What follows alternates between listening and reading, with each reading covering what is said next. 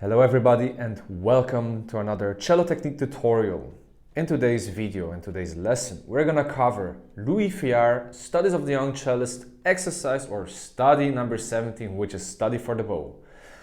I highly recommend you before you proceed with this exercise here, the number 17, which is not a difficult exercise, pretty easy, but watch my other videos where I'm talking about the right hand and where I'm talking about the left hand position changes. It's all in the titles. You're not going to get lost because I clearly write on each title of the video what is the exercise about, so you're not losing time by searching it. So just check the playlist and watch the video you desire. All right, so in this video I'm gonna go quite into detail, so in order you don't get lost during your studies, but sometimes we really get lost and we don't know what to do, and even YouTube tutorials, they don't help. So in that case, I offer online cello classes. So if you need some orientation, if you need help with anything, with Feuillard exercises, with technique, or you're just preparing for a competition or whatever, if you need just orientation, don't hesitate to contact me. The contact details you can find into the description in the video below, together with my website where I offer different packages. And also, don't hesitate at all. I can help you out if you're totally lost. So okay, with that said, we're ready to dive right into it. So let's go with the study number 17. And of course, if you like the stuff I produce, the content in general, smash that like button, smash that subscription button, and of course, hit the notification bell in order to not to miss anything coming out from me.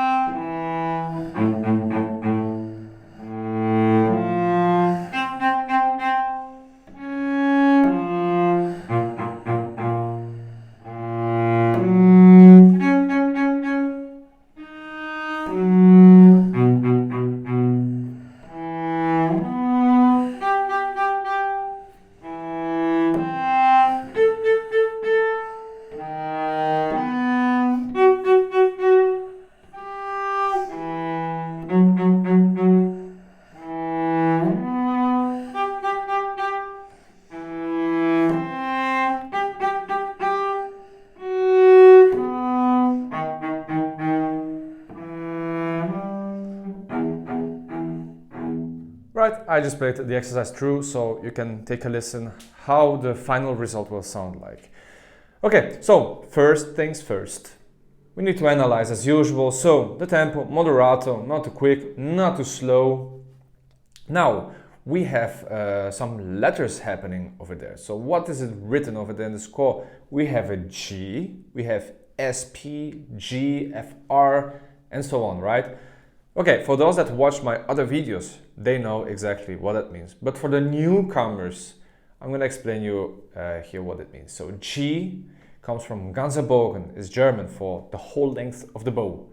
SP, so the number afterwards, the letter afterwards is Spitz. So here at the top, at the point at the top, anyway, here, in that part of the bow, right?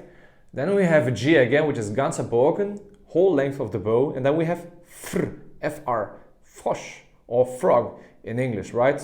Or the nut.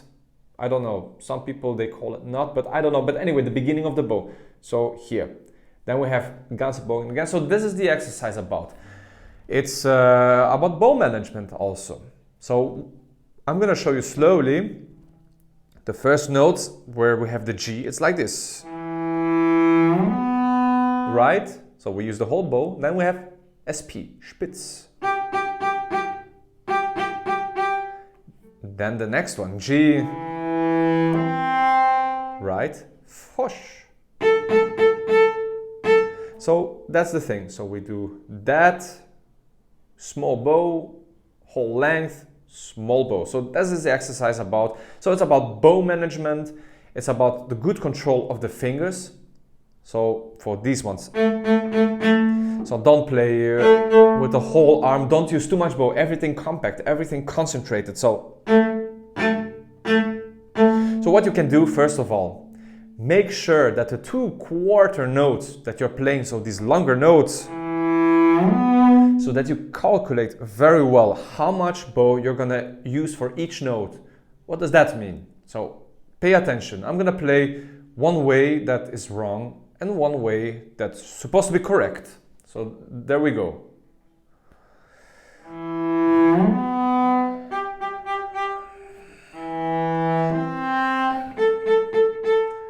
Okay, did you pay attention? Now, again, pay attention to the bow. What's gonna happen now?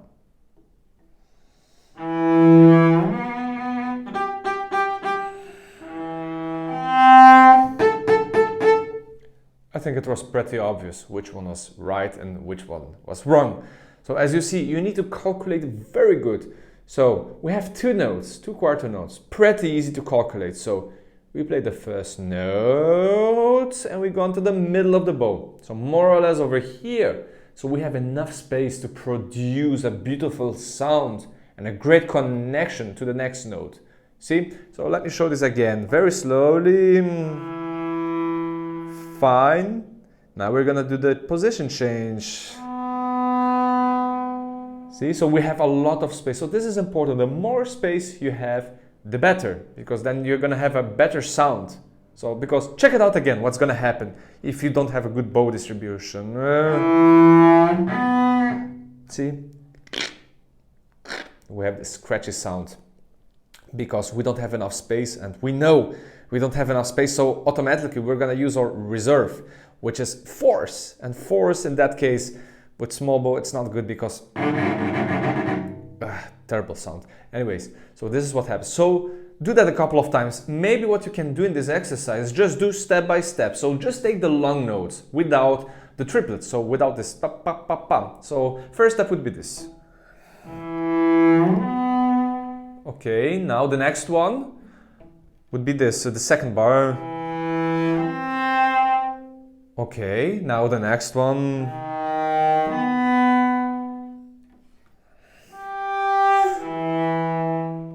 Alright, so you do that for the whole exercise until you get used to it. I always say repeat, repeat, repeat. You know, do it 10 times, repeat it 20 times. Don't go straight forward. If you listen with your ears, so don't let any note pass and really pay attention, you know, because the more you're gonna do it, so the more you practice it, the more you repeat, the more it's gonna become natural afterwards and you don't have to think about it. So it's always like this in the beginning. In the beginning, you really need to pay attention on everything, but after a while, it becomes automatically. Trust me, I promise you that. It's gonna be totally fine and it's gonna become everything natural. So, okay, that will be the first part, the way you can practice this, right? So only the longer notes. Now, let's focus on the shorter notes. So for the control of our fingers. So we do that also separately. So the first one would be up bow, right? Spitz. So as you see, small bow. So I press with my index finger and I press and release. So it's like, you know, really pa, pa, pa. Of course, not such a big movement as I'm doing now. So not boom, pa, pa, pa, not like this, but I'm just exaggerating so you can see. But you press, release, and be steady, be firm here. So, of course, don't press too much, of course, but also don't get, you know, laid back, because or else, no, we want discipline, we want strictness. So practice this also. All right, so do that a couple of times. Then we do here the same thing. Okay, oh shit, sorry. Yeah, make sure that every note sounds also beautiful and not, well, as just I played, so which is a little bit disgusting. Anyway, and then the next one would be, okay, then the next one. So try to find, so it doesn't become really scratching, so quite relaxed. That. And then, okay, so when you did that separately, so the longer notes first, and then the how they call that. So when you feel happy without it, when you feel happy with it, so then you can try to make a combination of it. So what do I mean with that? So just play true. Okay. So you just glue the parts together. One other thing I want to mention here. So it's very easy, you know, to play everything connected. So I'm going to show you what do I mean. This. So you see, I played true. Here, so here you can relax the notes. So you can take a little breath. So see, you can do this. In order to prepare for the next note. Because if you're going to play true, you're not going to prepare. And then becomes everything heavy. So you can. So you sit on the note. Relax. So this. See, so you can each time. And this for the whole exercise you can do. Because here also. And change the position before you play with the right hand. So always in advance. Because if you're gonna change together with the right hand or your right hand goes first, happens this. See, it sounds weird. So always pretty quick. This needs a couple of tries.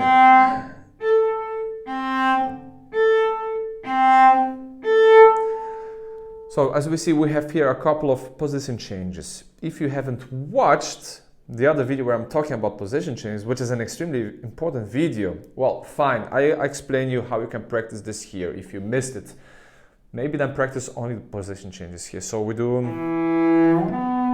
okay, that's the first one. Then the second one we have, so we do this. Until we get that right. Then the next one would be this one. So you see, you can release the note. Then the next one is this. Yeah, this is not really released, but you can take a mini breath. So, see, I'm not doing this. No, so I'm pretty going fast. So I'm pretty going fast. I'm making a small mini breath in between the shift, but I don't stop. So I'm not playing this. No, I'm trying to continue. So did you pay attention to my left hand? It goes pretty quick and light. So don't press. Don't really press here. Your thumb has to be able to slide. It has to be able to slide, so don't press, because if you press, you're not going to be able to do a nice shifting. So, of course, the thumb stays here, but light. Just put it on, don't press it, so light. This is the movement. So you need to be able to do that. See? So you can even do that without the bow. See? Alright, so these are actually the most important things here that I have to mention. As I said, it's not a difficult exercise. It's all, you know, happened before in the other videos, my other lessons. So that's why I recommend to watch them in order, you know, so you're ready for number 17, because it has everything, you know. It has left hand position changes. It has, you know, this finger articulation, and yeah, it repeats a lot, so I'm not going to repeat it, you know, each time, you know. So really make sure you watch from the beginning so that you're really being part of this journey. So in order to progress fast, because if every time, yeah, you're gonna watch a video and you didn't watch the other ones, yeah, it's gonna go slower. So this is important that you do, because I really do step by step. So I started from exercise number 1. I didn't skip any of these Feuillards, and my point is to not to skip anything. So really, I want to go through the whole book with you. So all the 60, I believe there are 60 exercises, because once you're gonna finish this book very, very good and into detail and paying everything attention, you're gonna be playing, you know, other things, you know, with facility. You're gonna feel happy, because that's the most important. It doesn't matter if you are a professional cellist or what they call it an amateur, you know. Well, this is a word, you know, that I find weird, because when we think amateur, immediately people think, you know, it's like, oh, it's somebody that plays badly. Well, I don't see it that way. Actually, sometimes I appreciate more amateurs than professionals itself, you know, because the amateurs, they really, because amateur, it's a word, an ancient word, that it's the love, you know, for that particular thing that he or she does. So an amateur cellist for me is somebody that loves an instrument, probably even more than I would love or any other professional or semi-professional, I don't know. So, and it's important even for an amateur, you know, to follow exactly these steps, you know. So he's gonna be even more in love with cello playing, and because, yeah, at the end, it doesn't matter, you know, which level we are. It's important, you know, to play nice, you know, to put a smile on people's faces. We want to impress us. It's good for us, you know. We like to impress, but we want to impress nicely. And we want to make music, and this is the most important, because this is, how do you say, when we play music, we feel somehow liberated. We feel good. Maybe we feel sad sometimes. Anyways, enough of the philosophy, enough of deep talking. But I think it's important that because technique, many people, they go straight into big repertoire without even having, you know, a good way of technique playing, you know. So it's important to have a fundamental. If you don't have a good fundamental when you construct a house, well, your house is gonna fall down, it's gonna demolish in a bit of time. So it's important that we do step by step, and sometimes I know it's not maybe the most exciting things to do, but well, hey, I'm trying to make it as exciting as possible, so you never get bored with these exercises. That's my job, to make you not bored and to make you happy when you play the cello. Right, well, that was actually it for today's lesson. It's not much to say here in this exercise. It's just, you know, these couple of points that you just need to pay attention. And yeah, that's it. So next time we're gonna see with exercise number 18. So we're gonna just advance further in the book. I'm happy that we're almost reaching number 20. This is quite a milestone, you know, for all of us, not only for me, but for you and for everybody. So let's finish this journey, you know, let's do these 60 exercises. Let's do that challenge. Let's become better, all right? Good, guys. So thank you so much for watching. I hope you enjoyed it, today's lesson, including that small philosophy talk I gave to you. But it's important, so really like focus on these things. It doesn't matter, professional, amateur, just focus and be happy. That's the most important thing that I want to say. All right, guys, thank you so much for watching, and I see you in a couple of days with study number 18 of Feuillard Studies of the Young Cellist. See you. Have a great week. Bye.